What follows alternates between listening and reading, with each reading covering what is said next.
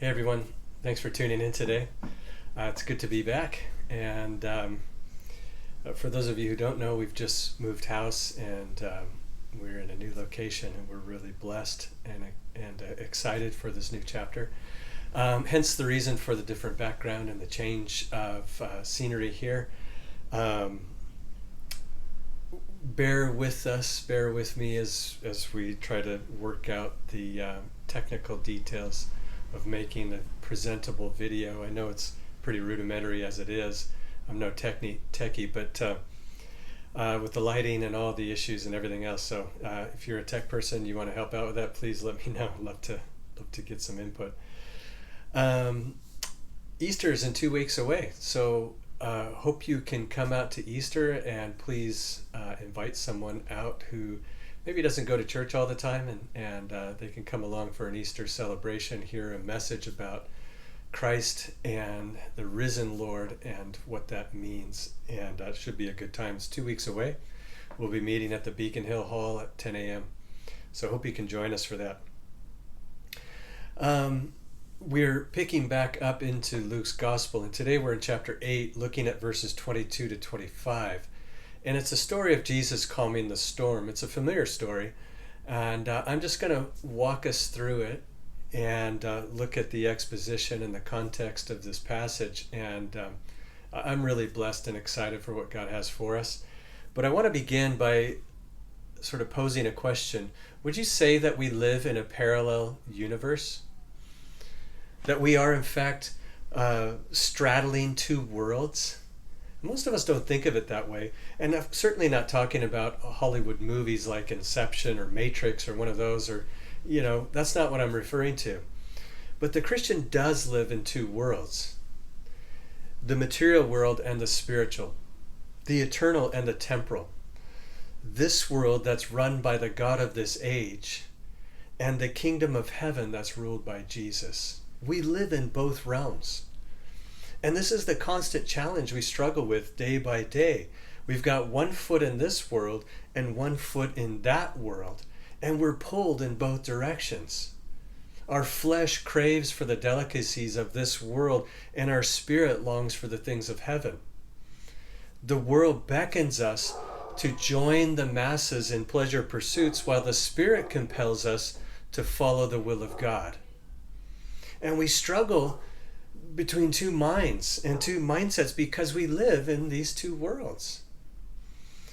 But when Jesus invited us to follow him and we embraced him for salvation, not only did he bring us into his kingdom, but he promised to remain with us and lead us in his world and in this world for the rest of our lives. And when he promised us abundant life, he was referring to being fulfilled, content, having joy and peace with God and in the peace of God. He was speaking about the spiritual realm, which greatly enhances our lives in this physical realm. But he was talking about the abundant life that he has to offer that really impacts our spirit. But that has a massive trickle effect into the physical, into the material. When Jesus said, "I came to give you abundant life," he meant it in John 10:10. He meant it. Now, we hear that and we say, well, how can we be sure? How can we be so sure about that? Like, really, that sounds good philosophically. But Jesus said a lot of things. How can we be sure they're true? How can we be sure that they're reliable? How can we know that he is the way and the truth and the life? Or that, as he said, before Abraham was ever born and existed, I am. And he referred to himself as the Eternal One. How can we be sure of that? How do we know these things, and how can we trust him? Well, listen, this is important. It's in John chapter 5, verse 36. Jesus said, "The works I do, the signs and the wonders and the miracles I perform, the works I do," he said, "they bear witness of me that the Father sent me."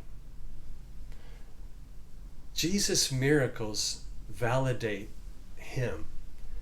They testify of his deity. They show us that he's powerful, that he's reliable, that he can be trusted.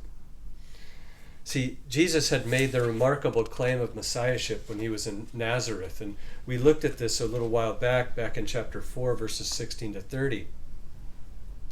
He was in the synagogue, and if you remember, he read a portion of Isaiah. And in that reading, he indicated afterwards that he had fulfilled that scripture. In essence, he was saying that the Messiah had arrived, that God in the flesh is here, and I am him. In the days that followed, he asserted his deity by speaking with authority and doing various signs. But then one day, the Pharisees confronted him after they'd done their investigation of who they thought he might be, and they accused him of being demon-possessed. You read the story in Matthew chapter 12 and also in Mark's Gospel. But then they attributed the works that Jesus did, which were the works of the Holy Spirit, they attributed those things to the works of a demon. And they committed the blasphemy of the Holy Spirit. And since the Pharisees represented the nation Israel, the nation as a whole had rejected Jesus. From then on, we learned and we see that Jesus spoke to the crowds in parables. He did this to conceal the truths of God from those who didn't really want to know the truths. And yet, privately, he explained the parables to his disciples, those who were actually interested in learning the meaning. Now, from Israel's rejection of Jesus to the parables that followed, that was one day in Matthew 12. That took place in a day, Matthew 12 and 13. Now, Jesus would speak other parables later on, but from the gospel records, the rejection of the Messiah and the parables that followed, that took place in a single day, and the day's not over.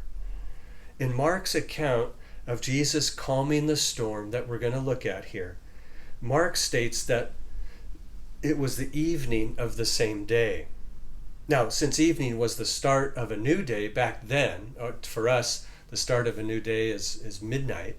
But back then, when the sun set, that ended one day and that began a new day. And so, since it was the start of a new day, technically it was a new day. But it was the eve of a long day of confrontation with the Pharisees and teaching the crowds and his disciples. And no doubt, Jesus was tired. And so, wanting to leave the crowds, he encouraged the disciples to go to the other side of the lake being the Sea of Galilee. And once they were in the boat, he took advantage of some privacy and he got some much needed sleep. And that's where we pick up in Luke chapter 8, verse 22. One day, Jesus, got into a boat with his disciples, and he said to them, "Let us go across to the other side of the lake." And so they set out, and as they sailed, he fell asleep. And a windstorm came down on the lake, and they were filling with water and were in danger. And they went and woke him, saying, "Master, Master, we are perishing." And he awoke and rebuked the wind and the raging waves, and they ceased. And there was a calm. And he said to them, "Where is your faith?" And they were afraid, and they marveled. And they said to one another, "Who then is this, that he commands even the winds and water, and they obey him?" Let's pray. Lord, thank you for your word, and thank you for your presence in our lives. Speak to us now, we pray, through your word and by your Holy Spirit. In Jesus' name, amen.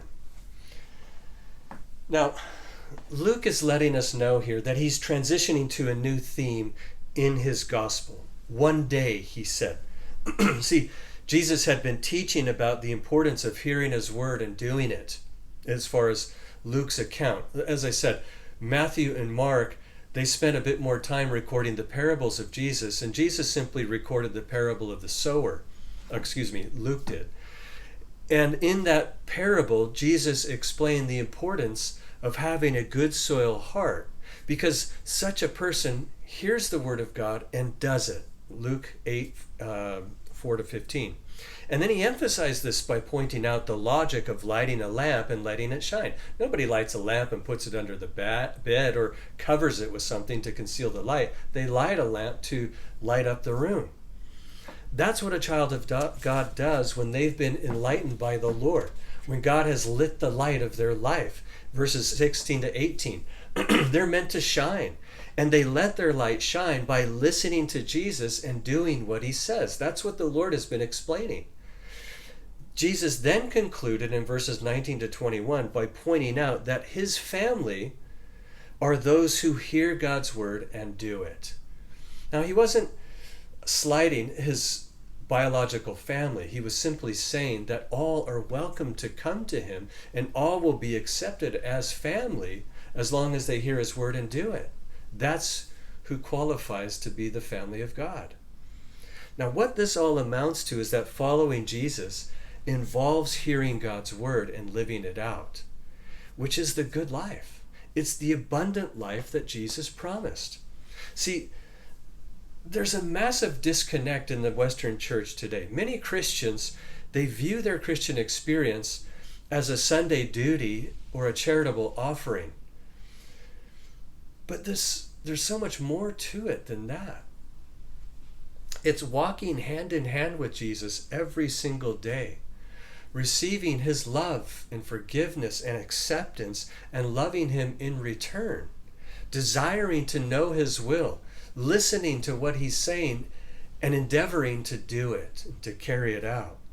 And when this is the nature of our relationship with the Lord, we have his peace then ruling in our hearts. We have his joy bubbling in our souls. We have his love flowing from our lives. And we're completely content with our lot, regardless of what it looks like, because we know we're fulfilling the plans and purposes of God. That is the abundant life. That's the life Jesus promised. Now, to assure us this isn't just some pipe dream or some empty philosophy, Luke now transitions to authenticate the claims of Christ and to validate his deity by showing us Jesus has authority and power over three things. Well, four really. First of all, he shows us that Jesus has authority over nature, and we see that in verses 22 to 25 as he calms the storm. He also shows us that Jesus has authority over spirits, including demons, and we see that in verses 26 to 39 when Jesus cast out demons. And he has authority over sickness and death in verses 40 to 56 as he heals a helpless woman and raises a dead girl back to life again. And if Jesus has authority over all these realms and every other realm, which is proven by the miracles he performed, then what's preventing us from giving ourselves entirely over to him? What's holding us back? That's Luke's point, I believe. As he's writing these things, he's wanting us to realize Jesus can be fully entrusted, and we therefore should fully embrace him. This is who Jesus is. This is the one who's inviting us to follow him. This is the one who has abundant life on offer. Will we take his hand and will we walk with him? So, Luke presents a new theme with the words, one day. But Mark 4:35 says, on that day, on which day? On the day in which Jesus was rejected and spoke in parables, on that day when evening had come, though it was a new day, as I said, it was the end of a long day of confrontation and teaching. And Jesus got into a boat with his disciples, and he said to them, let us go across to the other side of the lake. He got into the boat with his disciples, and he said to them, who is them? Now, our assumption is it's the 12. And they were certainly among them. They were them, but there was more, I think. Because if you go back to earlier in the day, Mark chapter 4, verse 10, it speaks of those around Jesus with the 12. So it's talking about more people. There may have been a number of disciples in the boat with Jesus, more than just the 12. And this boat wasn't a small tinny. It's not a little rowboat. It's not small like that. Jesus, notice, it says in Mark that he had gone below deck and he fell asleep in the stern. So it's a big boat. Some suggest this might have even been a Roman trading ship. But it's a good-sized boat with a lot of people on board. And when Jesus came aboard, he gave a directive. He gave the plan to carry out. Let's go across to the other side. This was God's will. This was the will of God. Let's go to the other side, said the Lord. Now, the lesson the disciples were about to learn was, not only does Jesus have authority over nature and his creation, but his word is sure and absolute. Whatever he says is done. Everything else is incidental, really. Notice the two things Jesus said to his disciples. Now, he spoke to the storm as well, but notice what he said to the disciples. Let us cross over to the other side. And then he asked the question, where is your faith, when they doubted? So again, it had been a long, hard day. Jesus came aboard. He instructed the crew to set out for the other side of the Sea of Galilee. And after they set out, he went below deck and fell asleep. Now, the east and west sides of the Sea of Galilee are mountains and cliffs. And periodically, these winds will come down from both sides, and they meet and they see, and they cause these violent storms on the water. And they can whip up without a notice. But that's what happened. And Mark notes that waves were breaking into the boat, and the boat was filling. Matthew says the boat was being swamped by the waves. Luke says they were filling with water and they were in danger. And so the boat was filling with water faster than they could bail the water out. They were sinking. The wind was howling. The waves are actually crashing over them, and they're afraid for their lives. Like, it's heavy. It's a radical scene. In the background, you can probably see the palm tree blowing. There's a strong storm going right now. Not like this one, but it's a storm. Now, we don't know how long they tried to navigate on their own or how long they were bailing water before they sought Jesus. We don't know how long, we're not told. But they finally went to him and woke him up. Jesus was so tired that he was sleeping through a heavy storm. That's radical. And that they had to go wake him up is radical. I mean, what did that look like? Oh, let's get the water out. Oh no, we're going to die. It's scary. And where's Jesus at anyways? They found him, they woke him up, and they said to him, Master, Master, we're perishing. Luke says it twice, Master, Master. It's emphatic. It's urgent. It's life or death as far as they were concerned. We are perishing. We're going to die. You need to do something about it. Mark adds in Mark 4:38, don't you care? They said. Don't you care? Don't you care that we're going to die? Now, we all know we're going to die one day. We all have that appointment. But the Christian knows that they have a reservation in heaven. These are absolute truths. There's no denying that. We also know many promises of God, and these are also absolute. Some of us even know the plans that God has revealed to us. For example, God revealed to Paul that he would testify of Jesus in Rome. Now, he revealed that to Paul when Paul was on a ship and he was in a violent storm. And so, not even a shipwreck, or when the ship broke apart and they ended up on the island of Malta and he was bitten by a viper, and that didn't kill him. And so not even a shipwreck or a poisonous snake was going to prevent him from going to Rome and testifying of Jesus. That was God's will. And he knew it. He knew what God had shown him.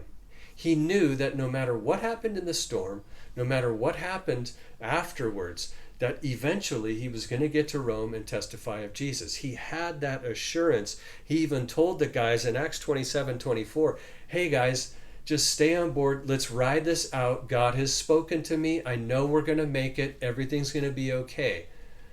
I'm going to testify in Rome. If God has revealed his plans to you, or at least shown you the next step that he wants you to take, then be encouraged. No matter what happens between now and then, God's plan will not be thwarted. No matter what it looks like, no matter how much flooding, no matter how much chaos, no matter what, if God has said something, he will make good on what he has said. He's faithful to keep his word. And so they were going to the other side because Jesus said so. We're going to get there. That was God's will. But to them, the storm said otherwise. That's a sermon in and of itself. What were they focused on?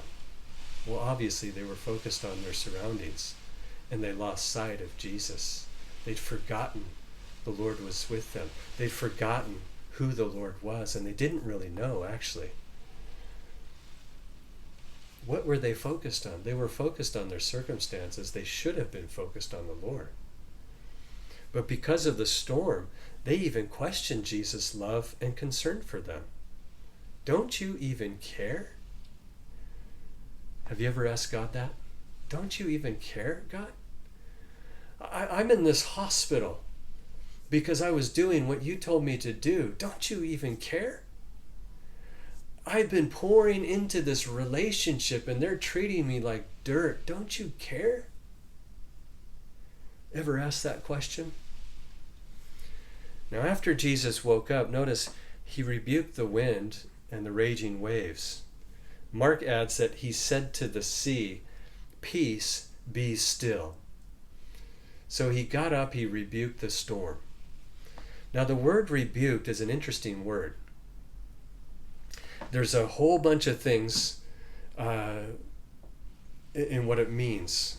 Censor severely, show honor, adjudge, award, rate, chide, reprove, and it goes on. It's a word pregnant with meaning.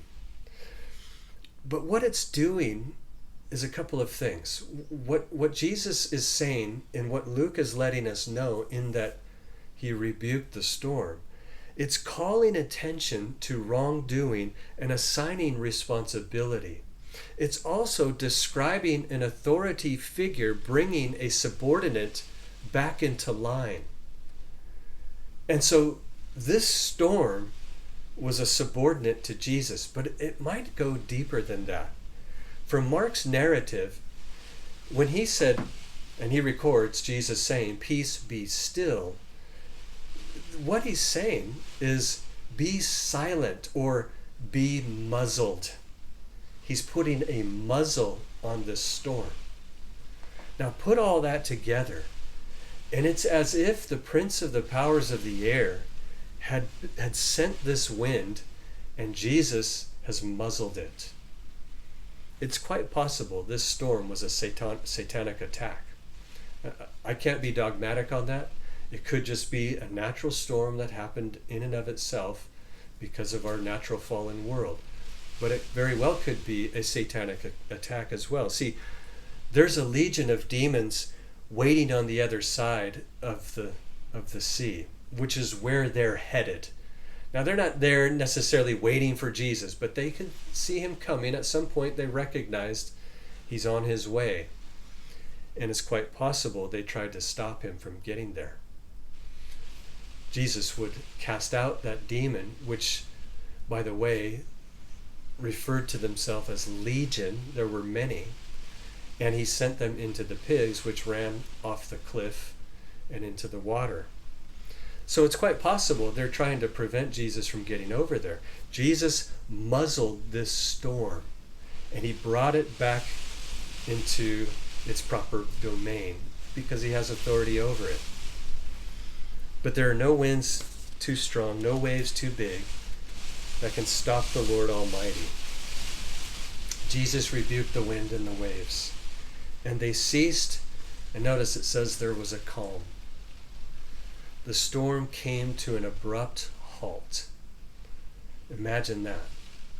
1 minute you're fearing for your life because of this violent storm, and the next minute it's calm and quiet like it never happened. Mark called it a great calm. It's a great calm. An eerie silence fell upon the people in the boat, and it resulted in fear. What just happened? Who is this that speaks to the wind and the water and the waves, and they obey him? Who is this? And notice what Jesus said to them. Where is your faith? Where's your faith? Now, it's a rhetorical question. He's really saying, you don't have any faith. You should, but you don't. Haven't you seen all the things I've done? Didn't you hear what I said? We're going to the other side. And am I not with you even now? See, aside from the testimonies and the promises of God, aside from God making known his will, God was with them in their presence. What did they have to fear? They didn't have anything to fear. Later on, Jesus commands his disciples, including us, go and make disciples of all nations.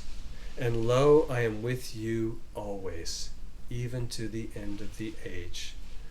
Lo, I am with you always, even to the end of the age.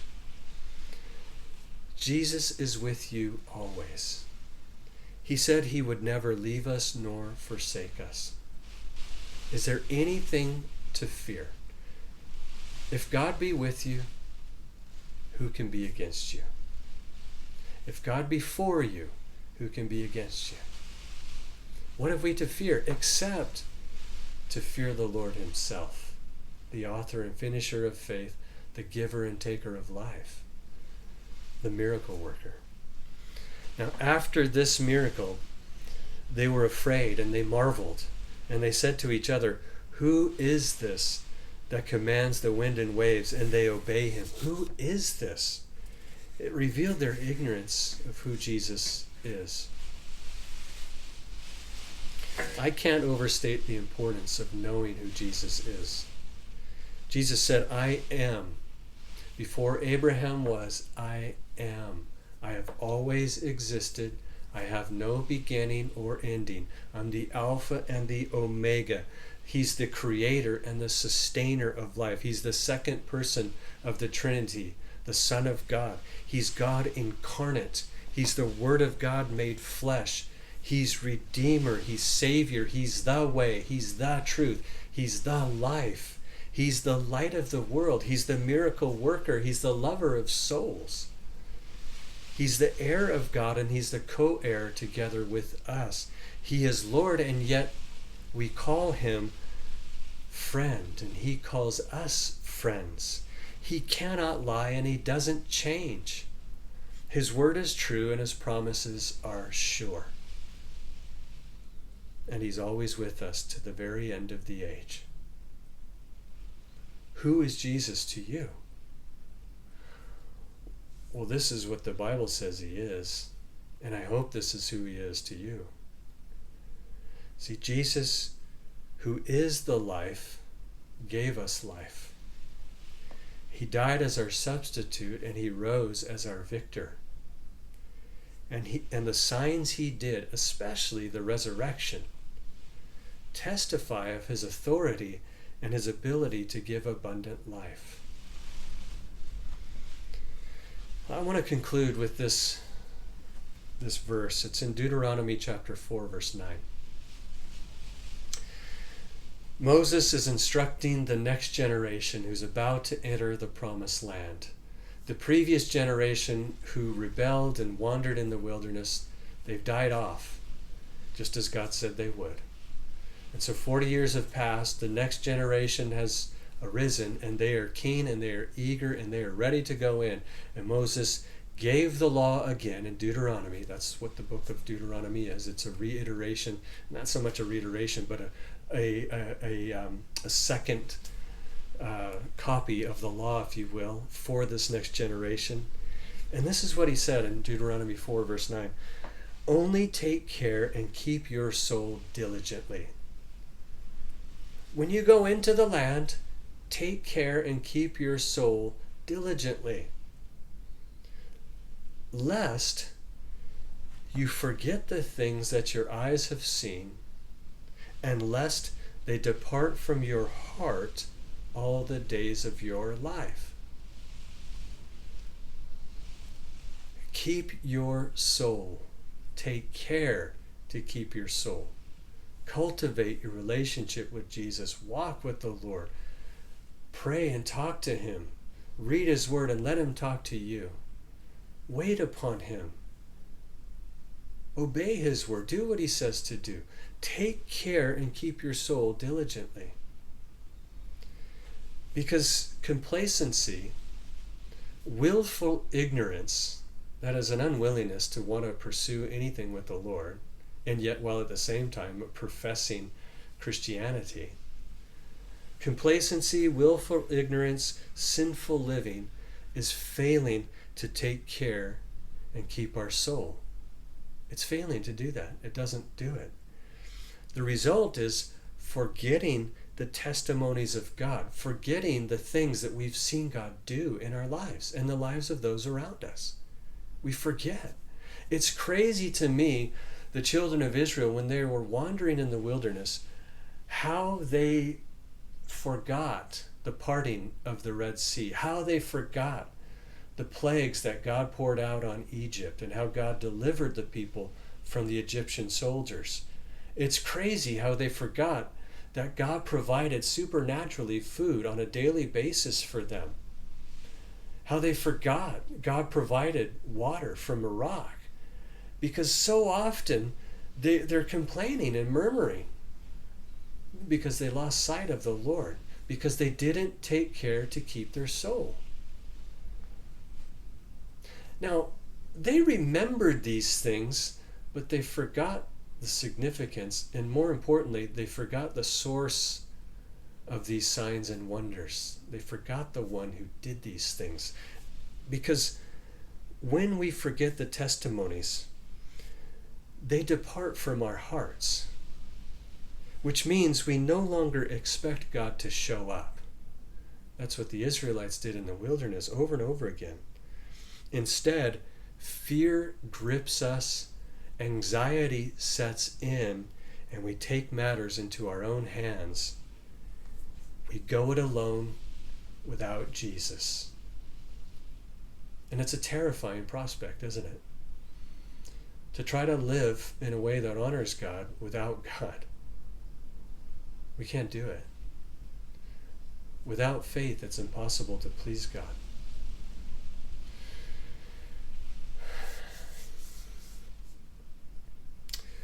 Jesus did all kinds of signs and wonders. John's gospel recorded just a snippet of them. There's sort of a small snapshot of all the things Jesus did.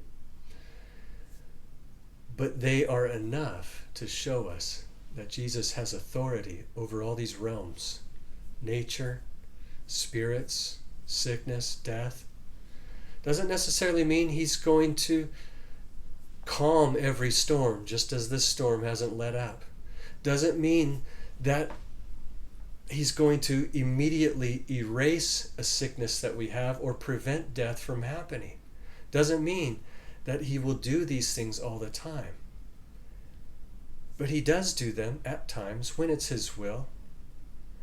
And it also means, though, that he's with them in the storm, through the sickness, to comfort through the death. He's with us in the storms of life, always, always. So we must take care to keep our soul with all diligence, to really draw near to the Lord and stay close to him, to commit ourselves to him and walk with him each and every day. When we do that, we'll experience and we'll enjoy the abundant life he promised. And other people will pick the fruit of that life. The fruit, the spiritual fruit that is born from us will be available and accessible to other people when we enjoy that abundant life. That's God's plan for you and for me. He wants us to walk with him, and he wants us to be used for his glory, that people may come to know him and be saved from their sin and delivered from death. So, Jesus calms the storms of life, and he does it because he's with us always. So, let's draw near to him. Father, thank you for sending your Son, and Jesus, thank you for obeying the Father. We're so grateful that you've been so faithful. We thank you for your love. It's unconditional and it's unwavering. We're so blessed, God, that we can call upon you and know that you hear our prayers. You hear our cry. And you answer, Lord, in your way, according to your will. And we're so grateful, Lord, that you are the Lord of our lives. You're the master over all. And I pray, God, that we would be submitted to you in everything. Help us to do that. In Jesus' name, amen. Pray you have a blessed day today, and look forward to seeing you. If I don't see you before, I hope you can come to the Easter service. It'll be a real blessing. God bless you. See you next time.